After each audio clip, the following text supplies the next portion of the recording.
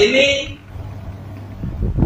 kalau kita lihat dari rentetan Pak, rentetan sejarah itu sebenarnya panjang, nyampe ke Indonesia.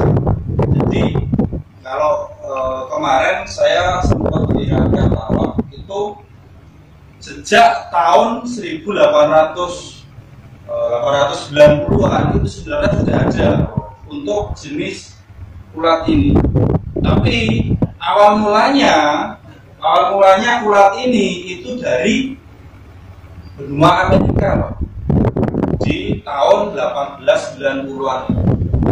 Terus berlanjut berjalannya waktu sampai sekitar tahun 1980 itu sudah nyampe benua Afrika.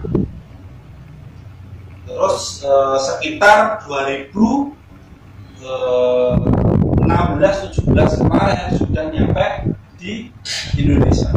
Jadi rentetannya panjang.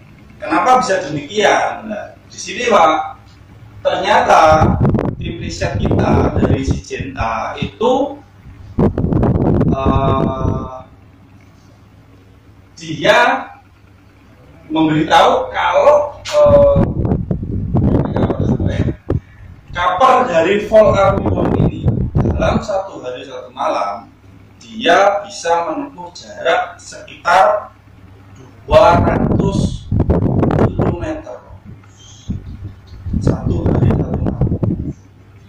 Ibaratnya udah kenceng itu 200 kilo enggak Pak kan ya.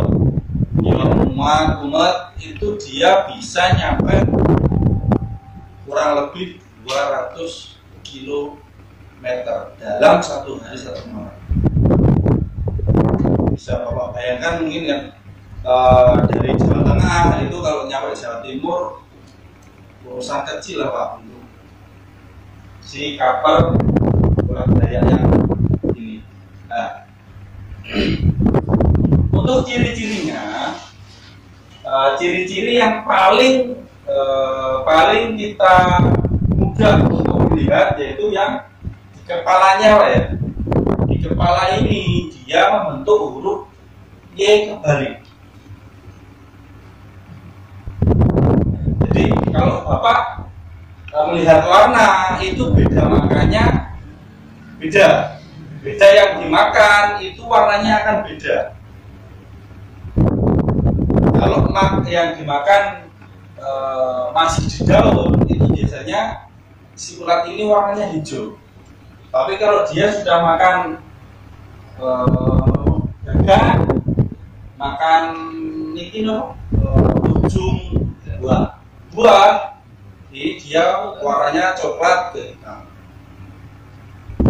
Itu untuk ya waspada serangan hama ulat Dayak yang telah menyerang tanaman jagung di Aceh, Sumatera Utara, Sumatera Barat, Sumatera Selatan, Lampung, Banten, Jabar, dan Kalimantan. Ini awal mula penyebarannya untuk di Indonesia ini Pak.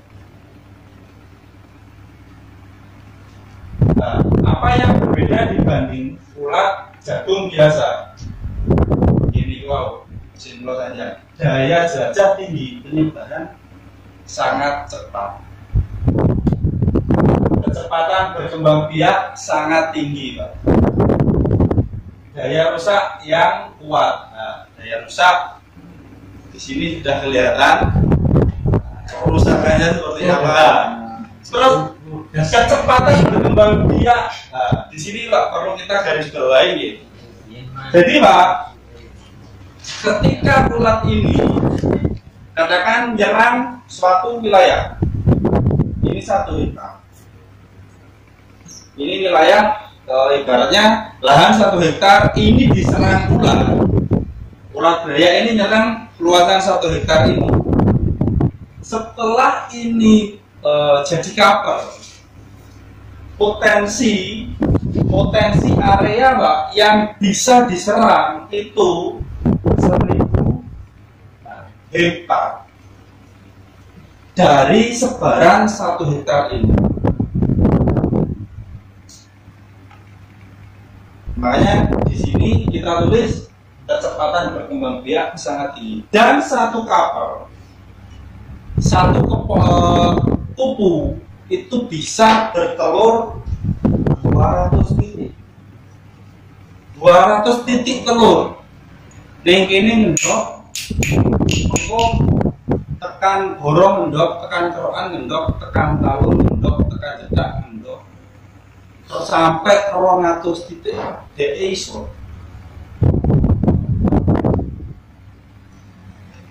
200 titik ngendok. Lah, dhek sedina iso terbang sampai 200 kilo.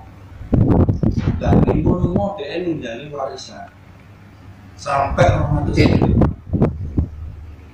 Ya mungkin bisa Bapak bayangkan sendiri lah gimana cara dia berkembang biak, cara dia berpindah, itu dia sangat cepat.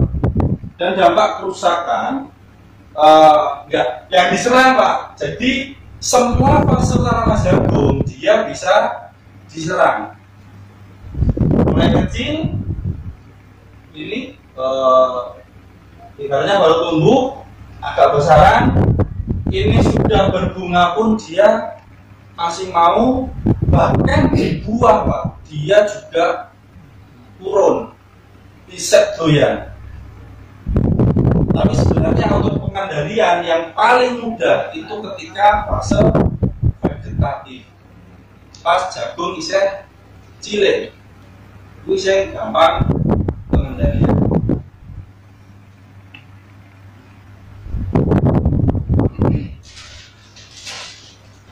Nah,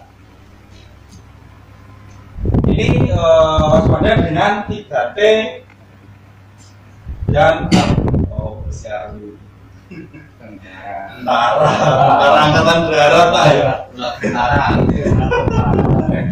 Oke Pak, jadi Pak 3 ciri serangan. Yang pertama kita lihat ada bekas yang dimakan.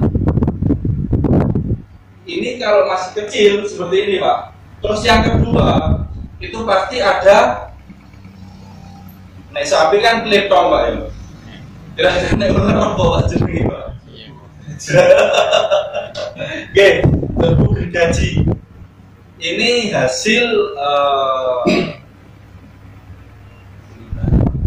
limbah dari ulat. Itu yang paling kelihatan. Terus jelas di situ pasti pertama ada yang telur. Ya, mungkin untuk lebih jelasnya masalah apa? Ciri-ciri yang sudah terserang mulai sejak awal, kula nyuwun wedale panjenengan damel ningali teng lahan. Mumpung mendung, Pak.